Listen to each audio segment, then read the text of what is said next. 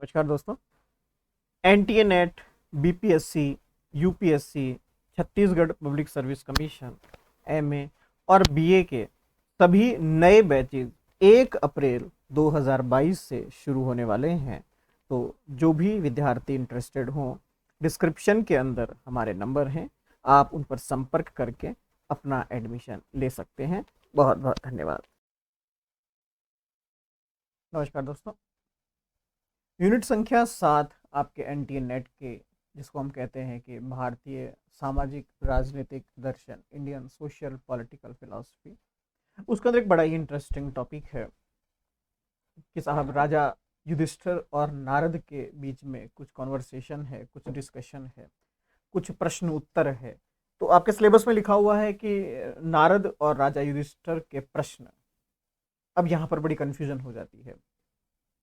कुछ लोग कहते हैं साहब इसे किस तरीके से पढ़ें, कुछ लोग इसको अलग अलग तरीके से पढ़ते हैं। महाभारत में एक प्रसंग और आता है जिसके अंदर जो पांचों पांडव हैं वो एक पानी पीने जाते हैं और उस पानी पीते वक्त भी उनका एक संवाद होता है। हालांकि इसको हम गलत तरीके से पढ़ते हैं, ये नारद के प्रश्न नहीं है वहां पर जो पूछे जा रहे हैं। राजा युधिष्ठिर और जो नारद के प्रश्न हम अपने सिलेबस में देख रहे हैं, ये एक अलग सेक्शन है। नारद, अगर मैं महाभारत की बात करता हूं तो अलग अलग स्थान पर वो आते रहते हैं। कभी वो कुछ क्वेश्चनिंग करने आ जाते हैं, कभी कुछ गाइड करने आ जाते हैं, कभी इंस्ट्रक्शंस देने आ जाते हैं। अलग अलग सेक्शंस में वो आते रहते हैं।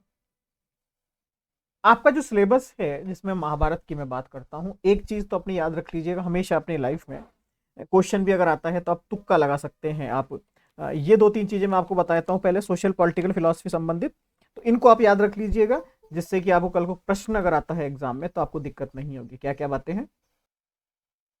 एक प्रश्न तो ये आता है कि साहब जितना भी डिस्कशन है, चाहे वो राज किस तरीके से किया जाएगा, दंड कहाँ दिया जाना है, क्या कन्वर्सेशन है, क्या डिस्कशन है, ये सब कुछ जो हम सिलेबस में पढ़ते हैं, वो ऑलमोस्ट जो सेक्शन है आपका, वो आपके महाभारत के जब युद्ध हो चुका है, जब आपका युद्ध खत्म हो चुका है, पांडव युद्ध जीत चुके हैं, पांडव जब युद्ध जीत चुके हैं उसके बाद भीष्म पितामह सारे पांडवों को बुलाते हैं, कृष्ण को बुलाते हैं, और उसके बाद भीष्म पितामह और युधिष्ठिर के बीच में कॉन्वर्सेशन होता है, जहां पर सभी लोग उसके गवाह हैं, सारे लोग उसके एविडेंसेस हैं। भीष्म उन्हें राज करना सिखाते हैं कि राज क्या होता है, हम आपको क्या दे रहे हैं, ये कौन सी वसीयत है जो हम आपको ट्रांसफर कर रहे हैं, आपने इस युद्ध से क्या सीखा, एक राजा कैसा होना चाहिए, राजा की रिस्पॉन्सिबिलिटीज क्या क्या होनी चाहिए, दंड का इंपॉर्टेंस क्या है जिसको आप पनिशमेंट कहते हैं, पनिशमेंट क्यों राजा के लिए जरूरी है। अगर आप कैपेबल नहीं होंगे तो लोग आपको अपनी गद्दी से हटा भी सकते हैं। ये सारा कॉन्वर्सेशन जिस सेक्शन में हो रहा है उसका नाम है शांति पर्व। शांति पर्व, इसको ध्यान रखिएगा, इसको याद रख लीजिएगा, ये आपकी याद रखने वाली बात है। जितना भी डिस्कशन आपके सिलेबस में है वो लगभग सारा का सारा शांति पर्व से लिया गया है। क्योंकि देखिए, शांति पर्व से क्यों लिया गया है उसका भी एक छोटा सा रीजन अगर मैं देखने की कोशिश करूं, युद्ध हमारे लिए महत्वपूर्ण नहीं है। कितने राजा थे, कितनी सेनाएं थी, कौन सेनापति था, कौन कहाँ का राजा था, ये हिस्टोरिकल बातें तो हो सकती है, बट ये हमारे लिए काम की बातें नहीं है। यहाँ पर हमारे लिए यहाँ पर काम की जो बातें हैं वो है फिलोसॉफिकल थॉट्स, जितने भी बाहर निकल कर आए हम उन पर चर्चा करें। तो जो सोशल पॉलिटिकल फिलोसफिकल थॉट्स हैं, आपके सामाजिक राजनीतिक दार्शनिक विचार हैं जो आपके, वो उसी वक्त आएंगे जब यहाँ पर दार्शनिक बातें होंगी। शांति पर्व आपके महाभारत का एक ऐसा सेक्शन है जिसको मैं कह सकता हूं कि ये एक दार्शनिक बातों का सेक्शन है सामाजिक राजनीतिक परिप्रेक्ष्य में। क्योंकि कई बार क्वेश्चन आता है कि साहब भगवत गीता भी तो दार्शनिक चर्चा है, तो उसको हमने क्यों नहीं यहाँ पर जोड़ा। भगवत गीता दार्शनिक चर्चा है आपकी, लेकिन हम सामाजिक राजनीतिक परिप्रेक्ष्य में बात कर रहे हैं। हम आपके स्वयं की बात नहीं कर रहे हैं, सेल्फ की हम बात नहीं कर रहे हैं, जिसको हम कहें सेल्फ अपलिफ्टमेंट की हम बात नहीं कर रहे हैं। अगर मैं सेल्फ अपलिफ्टमेंट की बात करूंगा तो भगवत गीता का रेफरेंस दूंगा, लेकिन अगर मैं सोशल पॉलिटिकल बात कर रहा हूं तो मैं शांति पर्व का ही जिक्र करूंगा। तो सारा डिस्कशन शांति पर्व। नारद ऋषि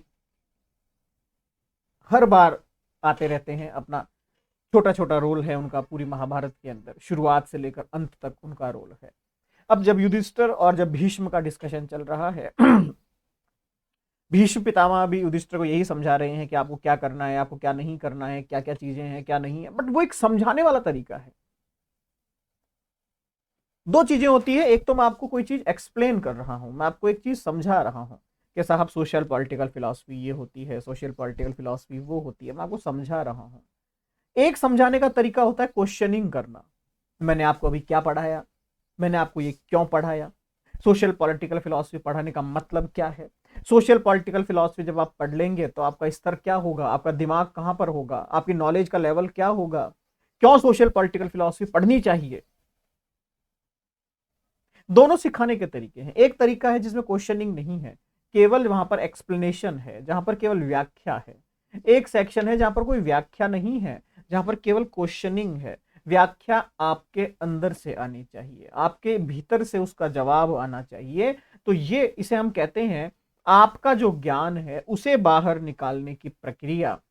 नारद ऋषि के जो प्रश्न हैं युधिष्ठिर के सामने, बेसिकली वो इसी कंसेप्ट के ऊपर बेस्ड है। नारद ऋषि को किसी आंसर का एक्सपेक्टेशन नहीं है, किसी आंसर की उन्हें इंतजार नहीं है कि युधिष्ठिर जो है मुझे उत्तर देंगे, मैं बड़ा खुश हो जाऊंगा, मैं उन्हें वरदान दूंगा, ऐसा उनका कोई मोटिव नहीं है। नारद ऋषि बेसिकली उनसे क्वेश्चनिंग करने नहीं आए हैं, नारद ऋषि बेसिकली उन्हें अवेयर करने के लिए आए हैं, उन्हें जागृत करने के लिए आए हैं, उन्हें ज्ञान देने के लिए आए हैं कि अब आपने युद्ध कर लिया, लोग मर चुके, कुछ लोग जीत गए, कुछ विकलांग हुए, वॉटेवर, लेकिन अब सारा राज्य आपके पास है, आप इस राज्य को कैसे चलाएंगे, राजा की रिस्पॉन्सिबिलिटीज क्या है,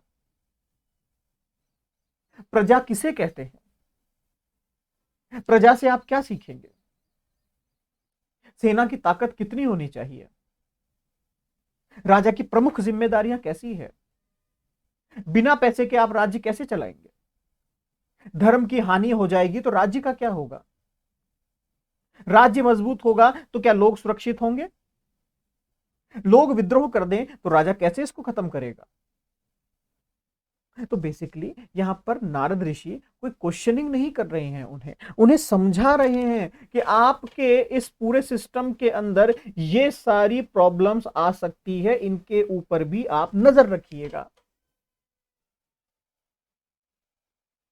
तो पहली बात, जितने भी प्रश्न हैं सामाजिक, राजनीतिक, धार्मिक, एडमिनिस्ट्रेशन जिसको हम कहें प्रशासनिक संबंधित, इन सारे विषयों के अंतर्गत ये प्रश्न आते हैं। यहां पर नारद ऋषि का मोटिव युधिष्ठिर को कोई क्वेश्चनिंग आंसर नहीं करना है, कोई वो केबीसी नहीं खेल रहे हैं कि आप अगर ये सही जवाब देंगे तो आप ये जीत जाएंगे, आप ये जीत जाएंगे। युधिष्ठिर जीत चुके हैं, अब वो विनर है। आप इसको इस तरीके से समझ सकते हैं, युधिष्ठिर के सामने इस वक्त सोशल पॉलिटिकल के हिसाब से दो टीचर खड़े हैं, दो इंस्ट्रक्टर्स खड़े हैं जो उनको इंस्ट्रक्ट कर रहे हैं, उन्हें मार्गदर्शन दे रहे हैं। एक है सबसे प्रमुख भीष्म पितामह और एक है नारद।